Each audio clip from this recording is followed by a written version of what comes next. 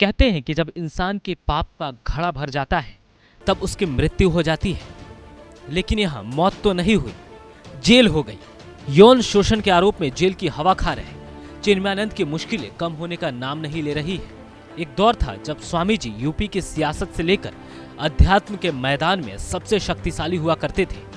कहा तो ये भी जाता है कि चिन्मयानंद योगी आदित्यनाथ को यूपी के सीएम बनाए जाने को लेकर सबसे बड़े पैरविकार थे। एक समय था जब इनकी तूती बोलती थी, लेकिन अब समय का पहिया घूम चुका है।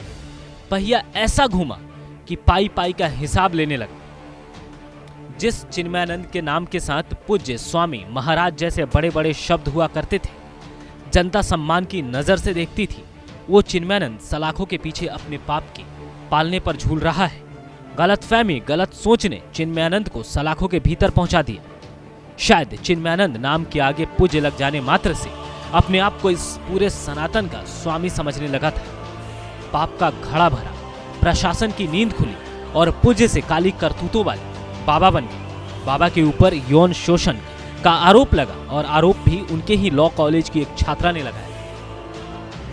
लेकिन पहले तो कुछ दिनों तक आरोप लगाने वाली लड़की को गायब कर दिया गया। जैसे तैसे लड़की सामने आई, मुकदमा दर्ज करवाया। फिर क्या था, चिन्मयानंद महाराज के तथा कथित महाराज वाले चेहरे से नकाब उठ गया।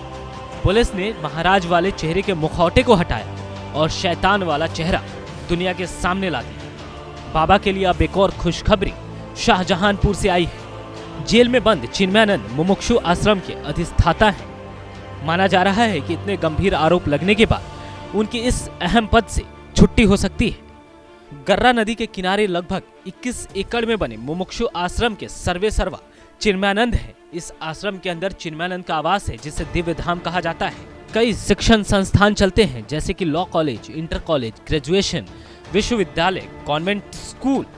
इसी आश्रम में 3 छात्रावास भी हैं, जिसकी एक छात्रा के साथ दुष्कर्म की खबर सामने आने के बाद चिन्मयानंद जेल में बंद है।